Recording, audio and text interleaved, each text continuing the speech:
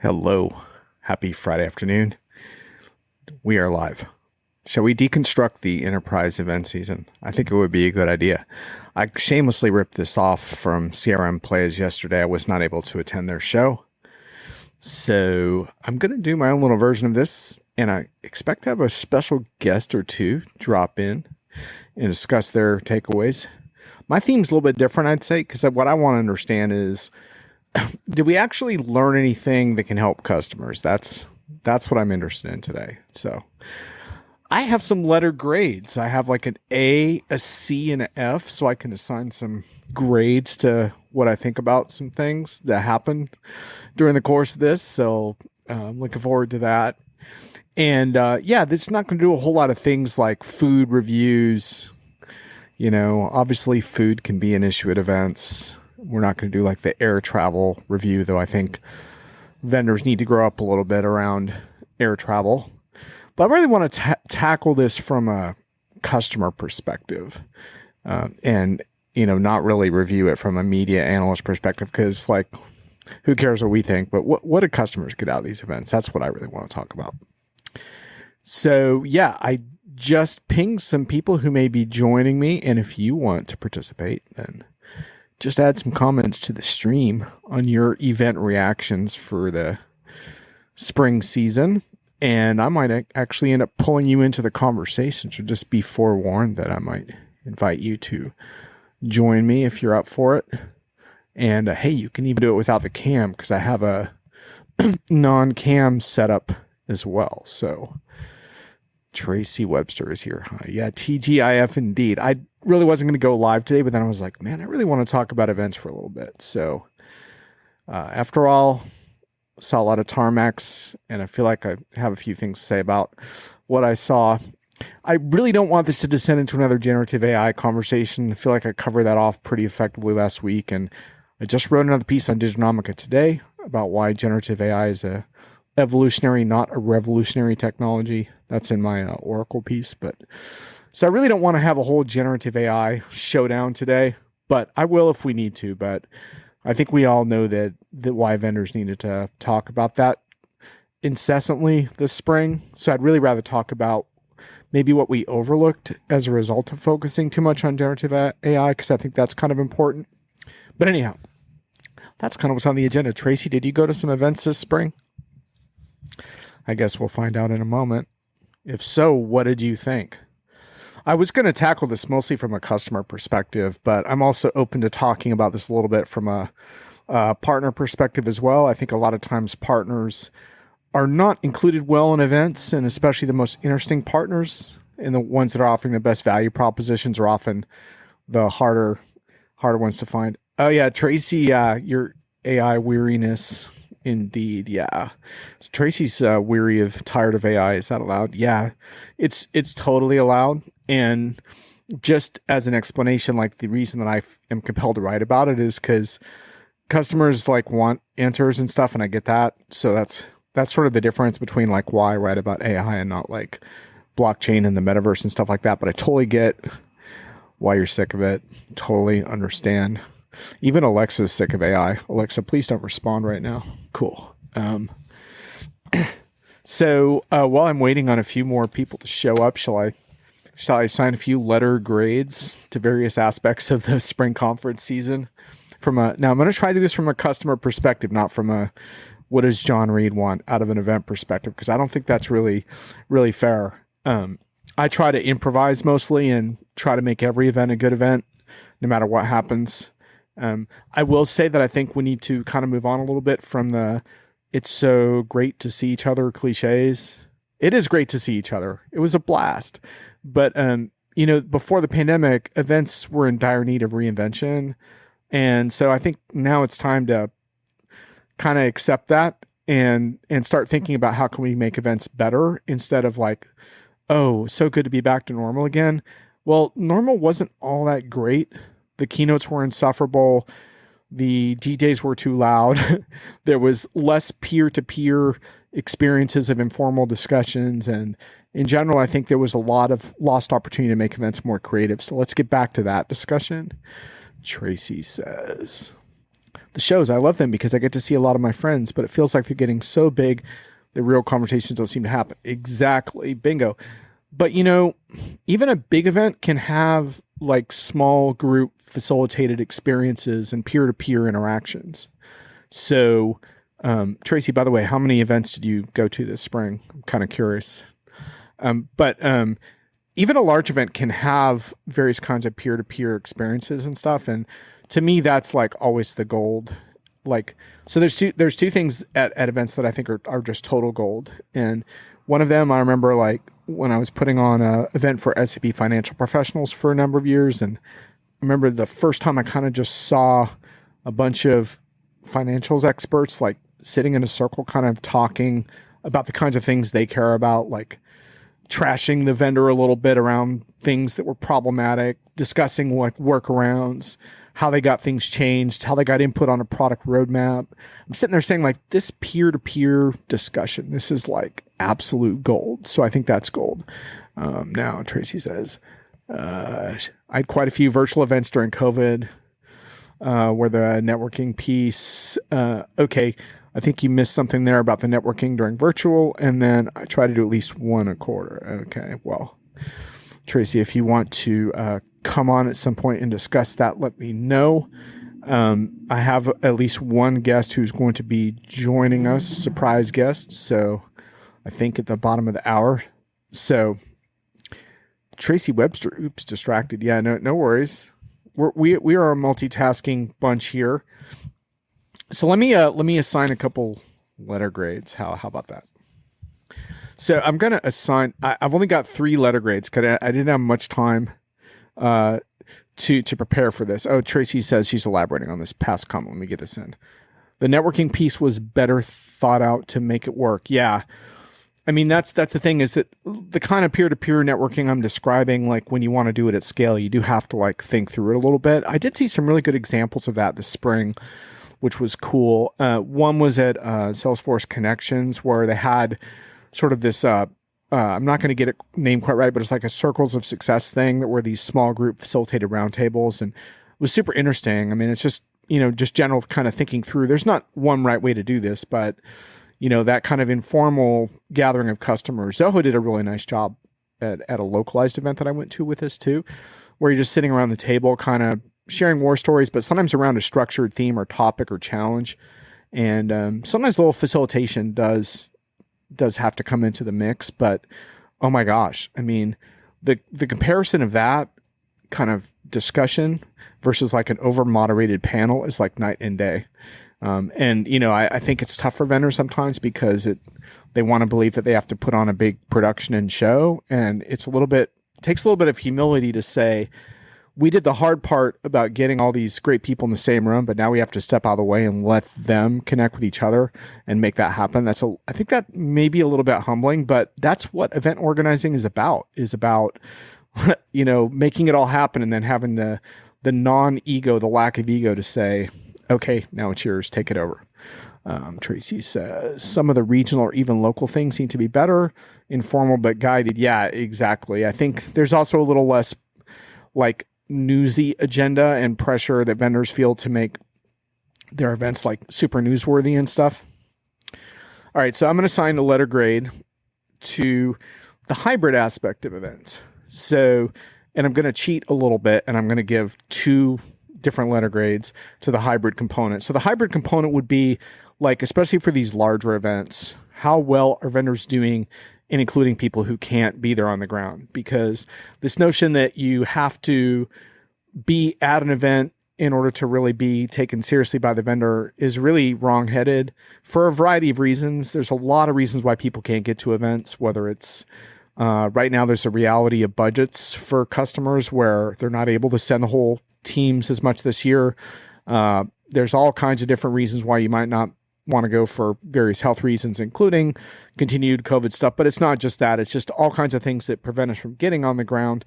So how well do we do about including people who are not on the ground and creating a more hybrid structure? And I write about how to do this all the time on Diginomica, so feel free to check out more. So I'm going to do a split grade. So I'm going to assign an A. I'm giving out an A. How about that? For session replays and access to educational sessions online. Now, this A might be a little bit generous, but like I told you, I only have an A, a C, and an F. So I didn't have a lot of time to prepare for this show. So I'm giving out an A. I think vendors are making a lot of progress in making show content accessible to those who cannot attend the show itself, including things like toggling between like live and recorded sessions. There's still a ton of problems with how this is set up, including like de-emphasizing the virtual component so it's hard to find before the show because they want to trick you into registering on the ground, all this stuff. But actually, I think the session content is getting a lot better, and so I'm going to give an A to that. Tracy says, be the one that shows up on a stage with a guitar and no gimmicks and is just fine. Indeed. Exactly.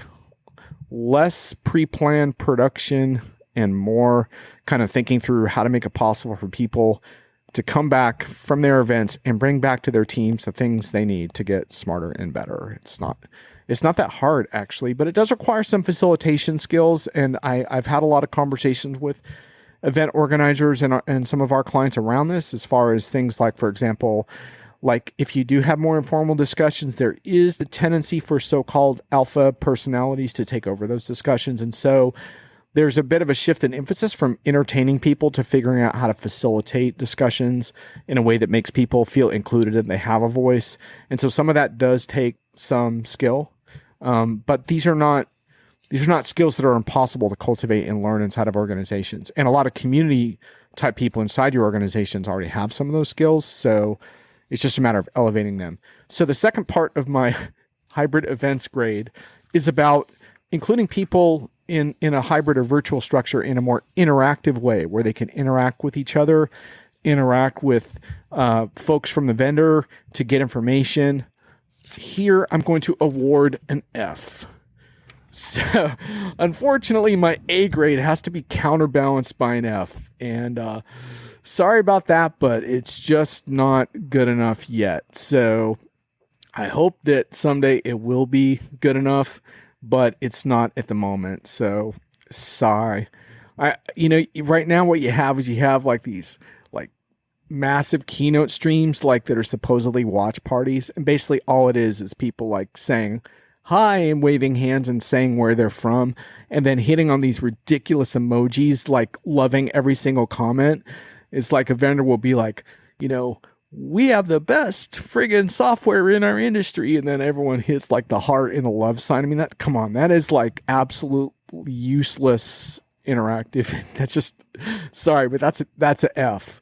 There are much, much better ways to include people than that. So I'll just have to emphasize that. No means no. Yeah, that's not good.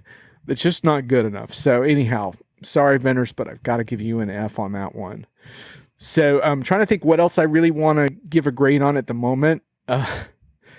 Yeah. Tracy's like, it's a virtual happy hour. Yeah, I've been to some of these. It's like, come check our interactive event. And it's like a bunch of people saying, hey, hi from Idaho or whatever. Hi from Montana. This goes on for like 30 minutes. It's like, oh my God. But actually, in theory, a watch party can be pretty cool. And in fact, CRM Playas, those guys, Brent and Paul, they actually do that pretty nice job, I think, of like having more of a moderated discussion of the keynote where people are kind of like chatting in a more focused group online. And it's just interesting how I don't understand why it has to necessarily be like third parties that organize the most interesting interactive stuff, but I think that's pretty cool.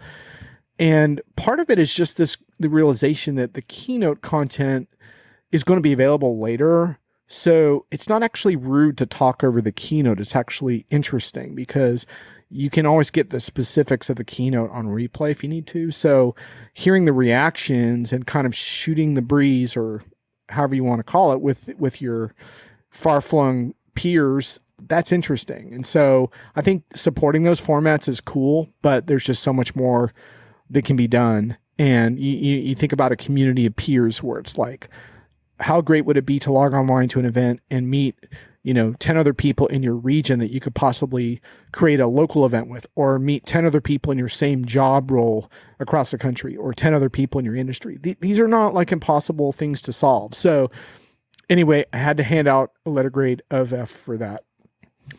All right. So how about I will talk about generative AI for a moment, since just about every vendor talked about their generative AI news on the stage. And I do want to say that I'd like to get back to the point. We had a really nice thing with the SaaS industry for a while where vendors were really focused on announcing functionality that was generally available. And we've kind of fallen off of that, which is kind of disappointing because, this whole thing around when you announce stuff that's not generally available, you create kind of this frenzy as people try to figure out, like, okay, they just announced something. Is it in beta? When will it actually be available? It's like they send us all scurrying, customers, media analysts, everyone, to try to figure out, when's this going to be released? When's that going to be released? All this kind of crap. So the really cool thing about the SaaS industry was that it started to change that, and people would be like, and all of this stuff is generally available today. And I thought that was really cool. And now we've totally, partially because of generative AI, but this started actually before then, we've gone away from that. And now vendors are announcing stuff, and we all have to then figure out when the hell are we actually going to see it in the hands of customers. And that's really irritating. So Thomas, hiya, how are you doing? It's been a little while. We have a lot to catch up on. I'm doing a little informal spring event rehash, Thomas, and you are welcome to provide your input since I know you went to a few events, to say the least. If you would like to hop on for a few minutes and discuss, you are welcome to do so. Just let me know and I will send you an invite link. Tracy, yeah, fear of missing out, but what is creating an alternate fear, which is fear of your event. What is that spelled? Like fear, F-O, I can't spell it out. Fear of your event is what's being created instead, which is I'm afraid of your keynote and all the stuff you're going to say that I'm now going to have to figure out, like, when is this available? When is that available? It's really annoying. Anyway, so with that said, I'm going to grade vendors on how well they addressed generative AI during their keynotes. Oh, Thomas, you're on a mobile and on the road. Okay, no worries. Well, feel free to chime in on the chat whenever you don't get other people in trouble in traffic. But other than that, would love to hear more of your comments. So, okay, my next grades. And reminder, I only have an A, a C, and an F, so these are not too subtle. I'm going to grade vendors on how well they addressed the issue of generative AI in the enterprise. So by that, I mean things like guardrails, hallucinations, customer privacy, intellectual property, all the different pieces that have created obstacles for generative AI adoption in the industry, lack of access to large language models, how customer data is going to get trained on those models, all that stuff. I'm actually going to give a C for that. I'm going to give a fairly strong C. The only reason why I'm not going a little bit higher on that is because I feel like there was just a lot of lack of clarity on when the functionality would eventually be there, and also what the functionality isn't good for, what the limitations of the technology are currently and in the near term. In this piece I wrote on Oracle AI Today, I talked about why I think this is an evolutionary, not a revolutionary technology.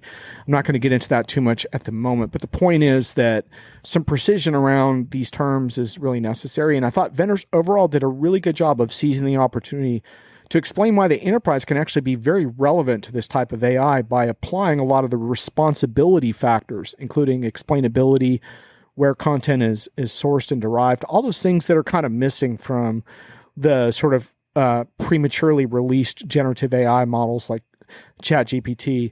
And I think most vendors really got a pretty strong C. Some got into the B's and B minuses somewhere. I think probably Adobe got the top grade. Adobe, by the way, is not a partner of Diginomica, so I can totally feel okay about saying I thought Adobe showed the best and most comprehensive approach to thinking through the IP-related issues and the ethical-related issues around sourcing training data and compensating creators and all that stuff. I don't think they have it perfect, but I thought they did the best. But in general, I thought vendors did pretty good on this overall topic. So it's a C, but it's a strong C. There might even be some C pluses and B minuses in there. So while we had to listen to way too much generative AI talk, at least the talk I think was pretty precise and capable, and it showed that vendors' past AI investments have paid off to some extent, because even though they weren't really ready for the generative AI onslaught, this spring. From a product perspective, they were prepared to talk about it at least. Now, as far as when this stuff is going to be available, I've said a few times that I think actually next spring is when we're going to start to see meaningful, generally available generative AI product. So that means, unfortunately, we're going to put up with a lot of keynote BS this fall around this topic as vendors continue to try to roll this stuff out. It's not really going to be until the spring that we really see, I think, a bunch of generally available stuff to kick tires on. Like the Oracle announcement that I wrote about today is a good example because they've committed to having the stuff they talked about being available by the end of this calendar year. So I think that's a pretty good time frame for the more aggressive vendors as far as what they're trying to do. Now, for the grade on to what extent did vendors highlight meaningful customer value that they're achieving in the present moment that is not about generative AI, but about other forms of innovation that they're pursuing. To what extent were those also highlighted? I think you know where this is going, but I'm going to have to do it anyway. That's an F.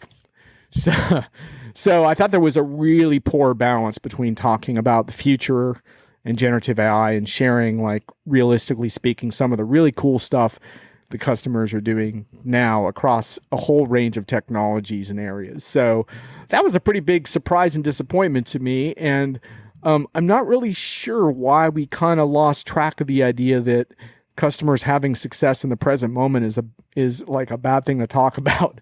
But that was I'm going to have to do the F for that. And what was interesting is that I would kind of find in the hallways and in the back channels at these shows, customers doing some super interesting, eye-opening things. And I would be like, wow, like, how come we didn't hear from you on the keynote stage? That would have been really cool. And we just didn't. So anyway, I think that was a little bit of a downside to what we saw this spring from a customer perspective. So I guess what I would want to get across in this chat is that it's really worthwhile to dig into that stuff and to find out, how customers are achieving success in technologies that are more readily available now, which, by the way, includes some forms of AI like shop floor robotics. Some of the best conversations I had this spring with customers were about what they're doing on the shop floor with robotics that are just more mature than generative AI in an enterprise context. And sitting there having those conversations, you're like, oh my God, like, why don't we talk more about this in a broader way? And there's all kinds of stuff happening in various areas. I talked with some really cool retailers at a couple shows that were like doing really cool stuff to take on the behemoths like the Amazons of the world. And that's really encouraging to see. And a lot of it had to do with like more cutting edge social commerce strategies and using, more mature shop fronts like Shopify that are much more competitive from a user experience standpoint with Amazon than the classic kind of like Yahoo type in your credit, like storefront kind of vibe. So it's really kind of cool to see that kind of thing happening. And I think vendors just have to get a F on that as far as their ability to follow through on this other sort of active value creation that's happening. So what else do you want me to grade on? Because I have a bunch of different things. I said I would not grade on the food because I think that's kind of unfair.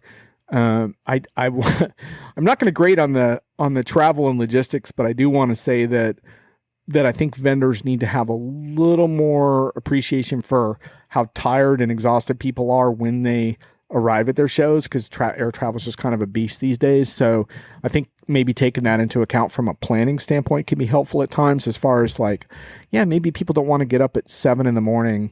the first day of the show, after they've been like grueling and grinding to get here. So I think some putting a little more thought into the friction that takes place to get to and from events is like a really good idea. So anyhow, that's like something I'd like to see, but I can't really grade vendors on that. So any other grades that you want me to give out? And I think in a few minutes, I'm going to have a guest join as well to give their take. So anything you want to hear in the meantime? Tracy says, the really loud DJ in the fall show was horrible. I was trying to talk to people and it was laughable.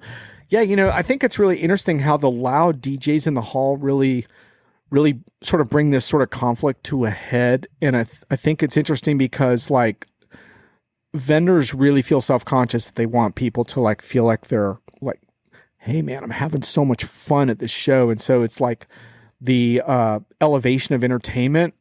And it's kind of too bad, because now I do think that a lot of customers still enjoy like the traditional sort of celebration night, like party. I think still like that. But in general, the vibe of the shows right now is not, it's not the same as pre-pandemic, where it was kind of like, oh my God, let's party. It's much more of a vibe of like, wow, like we're facing all kinds of various kinds of disruptions, whether it's supply chain, political, climate. I got to a couple shows this spring where it was like, oh, I just inhaled a bunch of smoke because there were like Canadian wildfires, like, hovering smoke over my city. When you get to events like that, there's a certain kind of like, it's not that you don't want to have fun, but it's more that there's this specter that the world is something of a serious place right now. And like, I want to equip myself with the knowledge to better cope with that world and help my company and help my team cope. And so the DJs in the hall are actually a really interesting juxtaposition of what vendors fantasize that shows should be about versus what customers want shows to be about. So when that networking time is so crucial, like trying to shout over a DJ in the hallway is just kind of an embarrassing juxtaposition of vendors just really not understanding like why their customers are actually at events right now. So that's kind of what I mean about like moving on from like let's get back to normal to like let's create something that is relevant to our current culture and climate. And that doesn't mean like throwing out everything we liked about events. It just means we need to have a rethink around why people are there. Tracy says people are tired and weary. I think you're right. I mean, like I was saying, the air travel thing adds to that, because with all the kind of delays, cancellations, that vibe, people tend to arrive a little bit more tired too. And so, we just have to respect that a little bit. It doesn't mean that they don't want to be there. It's just that, this kind of like, oh man, I'm here to party my ass off. It's like, no, that's not really it anymore. That's not really why we're here. And, but we're definitely here to make human connections. And I think that's really good news. But it's like, look, you got everyone to the same place. Now just let it percolate a little bit, like step back. You don't have to entertain people all the time. Like people have a natural affinity for community and connection. Tracy says, customers and partners spend a lot to be there. It is a marketing and network event. Fun is great, but this is part of our job. Yeah, for sure. And to a large extent, like fun is the connections that we make and the creative ways that we can foster those connections. And, that's why I'm really pushing for a creative overhaul of events, both on the ground, virtual, hybrid, all of it, because there's so much more possibility for that than actually happens. Like just to give you an example, like I think there's ways of stirring the pot.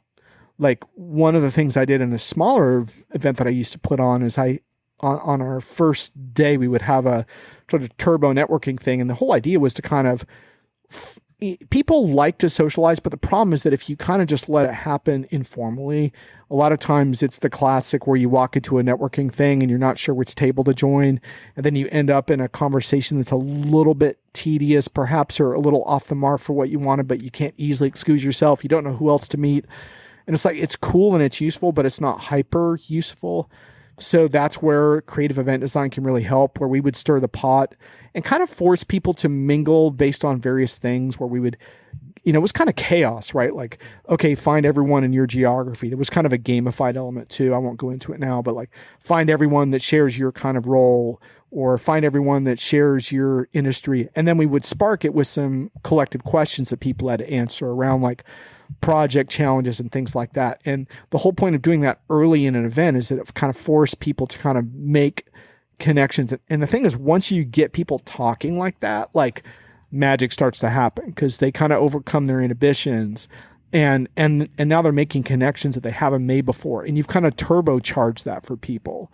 And so there's all kinds of things you can do to an event structure like that to create more whiteboard experiences that are more loosely structured. And it's not that hard. And it doesn't mean you don't have to give up on your keynote. You can still have your keynote. Yeah, your keynote shouldn't be 3 hours long, but you can still have it. But the point is, like, there's a whole lot you can do to shift the event experience. And it's time to start talking about that for the fall. And there's so many cool ideas that you could put into play there. And people are like, oh, well, you can't do that at scale. Sorry, that's bullshit. Where's my bullshit button? Oh, there it is. Bullshit. Anyway, you absolutely can do that at scale. I remember going to a Domo show years ago, Domo Palooza. I don't know if they still do this, but they would literally have a customer feedback session for the entire conference. Can you imagine that? And it worked. It actually worked. And, some of it was like upvoting of ideas in real time. And some of it was people, having microphones off in the audience. This is a pretty large crowd. And it's like, don't tell me you can't do that stuff. You can. And it's fascinating and it's interesting. So, I guess the other thing along those lines is sort of redefining customer success, and how a redefined look at customer success means a redefined look at events. So in many ways, what I would suggest to vendors is start by redefining customer success. When you do that, your event strategy becomes a function of that. Anyhow, I write about that a lot, so I won't go into that further here. And I'm hoping that my guest is going to be arriving soon. And if not, I will probably wrap in about 10 minutes, because I think I've said most of what I wanted to say about the spring event season at this time, unless there's further questions or comments from the group. Oh, and by the way, I am planning on doing more Friday shows this summer that are a little more structured with guests and stuff. It's just I haven't had a lot of time to organize those shows, and I'll be like trying to market them a little more aggressively as well, because LinkedIn is constantly making algorithm changes. So I think some of this, like, there's been a little less activity in a couple of my more recent spontaneous shows, and that has to do with the fact that LinkedIn's decided that, like, it's not going to show as many people the live video as an impromptu thing as it was before. So less people are going to, like, stumble in. So, but anyway, I'm going to overcome that through more calculated promotions. But at the same time, I think there's also something really cool about just being able to go live. So that's kind of what's going on, is sort of experimenting with how to engage people. So anyone who does video on LinkedIn, you may have noticed the same thing, but basically it means you're going to have to do a lot more deeper promotions and count on less live stumble factor, at least from what I'm seeing the last few weeks. So friggin' LinkedIn. Supposedly they're doing this thing to make, like, better engagement with people around topics that you care about, but these things are always done with, like, a blunt force trauma. So if you do a Google search on LinkedIn algorithm changes, you can read a lot about this. And in theory, it's supposed to, increase the signal, but at times what it's going to do is it's going to create glitches where you're reaching less people than you used to. And, so anyway, one of the things that's also kind of tedious about LinkedIn is that you actually can't subscribe to someone's video show the way you can to, like, a newsletter. So anyway, that's a little bit too bad, because it puts video producers in a position where they have to, basically spam people with invites, which I really don't like to do. So anyway, I don't know what I'm going to do about that just yet. I keep telling LinkedIn to create, like, video subscription thing like they do for newsletters, but they're not taking John Reed seriously this time on that. Any further comments or questions from the chat? I'm going to give my special guest a couple more minutes, and then if it doesn't happen, we are going to call it good. Just see if he gave me another message here. Please hold. Please continue to hold. Well, if my special guest doesn't show up in the next minute or so, I'm going to call it. Thank you, Tracy, for your avid participation. You brought some tremendous, excellent additional value to my conversation with myself today. And like I told you, I'm still winging it a little bit with how useful the impromptu sessions are going to be based on the algorithm changes. And my guest appears to not be able to come in time. So look out for future invites, and what you will see is more pre-planned episodes, probably, because the impromptu stuff probably won't get as much mileage, which is fine. Oh, Tracy, thanks. Appreciate it. So there will be more stuff to come, but I'm just going to have to put a little more premeditation into it in order to get to critical mass, and that's just the nature of living in the walled gardens of the social feeds. Have a great 4th of July. Catch y'all on the other side. Later.